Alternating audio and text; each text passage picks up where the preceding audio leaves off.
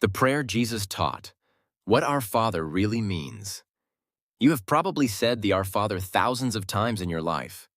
But today, I want to show you something most people never notice, a phrase hidden inside this prayer that is actually a condition.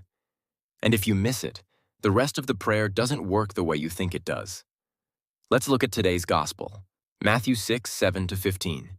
Jesus said to his disciples, "In praying, do not babble like the pagans, who think that they will be heard because of their many words. Do not be like them. Your Father knows what you need before you ask Him. This is how you are to pray.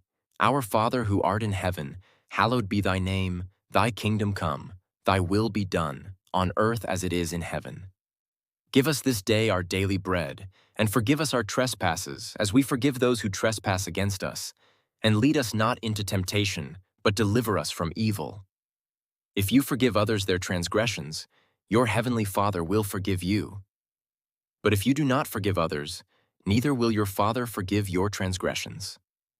To understand why Jesus says, "Do not babble like the pagans," you need to know how prayer worked in the ancient world. Pagan prayer was transactional and repetitive. In Greek and Roman religious practice, people believed the gods needed to be informed, flattered, or worn down with long lists of names and titles before they would respond. The more words, the better the odds. Prayer was treated like a magic formula.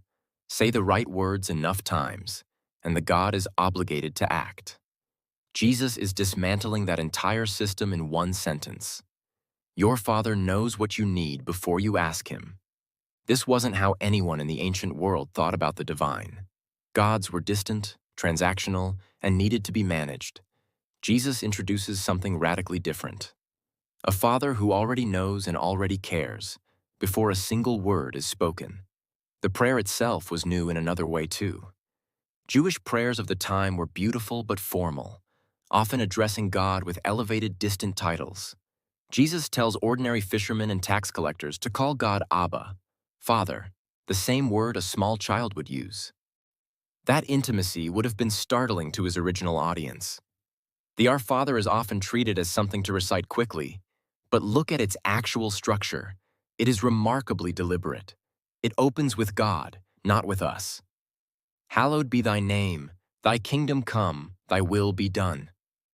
Before asking for anything, Jesus teaches us to first orient ourselves toward God's purposes. Most prayer requests start with "I need."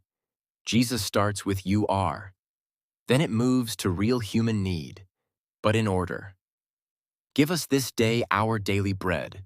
Not a year's supply, not riches, just today's need. This echoes how God fed the Israelites in the desert with manna one day at a time. It's a prayer that resists hoarding and anxiety about the future. Then comes the line most people rush past. Forgive us our trespasses as we forgive those who trespass against us. This is not poetic phrasing. It is a direct condition. And Jesus makes sure nobody misses it. He repeats it again immediately after the prayer ends. If you forgive others, your Father will forgive you. But if you do not forgive others, neither will your Father forgive you. Why would Jesus tie God's forgiveness of us to our forgiveness of others? Not because God is keeping score, and not because we earn forgiveness. It's because a heart that refuses to release others is a heart that cannot fully receive what it refuses to give. Unforgiveness closes the same door from the inside that it tries to keep shut from the outside. Common misunderstanding. Some people read this and panic. Does that mean I lose God's forgiveness if I'm still struggling to forgive someone who deeply hurt me? No. Jesus is not describing a single moment of perfect forgiveness achieved instantly. He's describing a direction, a willingness to keep choosing to release the debt, even when it's hard, even when it takes years. The danger is not struggling to forgive. The danger is refusing to try. Final phrase. Lead us not into temptation, but deliver us from evil. This is not God dangling temptation in front of us. It's a request for protection and rescue, an honest admission that we are not strong enough to face spiritual battle alone. In marriage, many marriages don't collapse from one big betrayal. They erode slowly from years of small offenses never released. This prayer is a daily reset button. Praying it honestly means asking, Is there anything I'm holding against my spouse right now that I need to let go of before tonight? In business and being wronged, if a partner cheated you, a client lied to you, or a coworker took credit for your work, forgiveness does not mean pretending it didn't happen or allowing it to continue. It means refusing to let bitterness rent space in your heart while you pursue whatever just response is appropriate. In anxiety about the future, "Give us this day our daily bread" is a direct confrontation with financial anxiety and the need to control tomorrow. If you find yourself spiraling about next month, next year, this line is an invitation to bring today's need to God and trust Him with the rest. In parenting, teaching a child to forgive a sibling is far more powerful when modeled than when lectured. This prayer, said honestly as a family, becomes a daily training ground for the hardest skill in human relationships. A practical challenge this week: the next time you pray the Our Father, slow down at "Forgive us our trespasses as we forgive those who trespass against us." Bring one specific person to mind. Don't rush past that line. Let it be a real prayer, not a formula.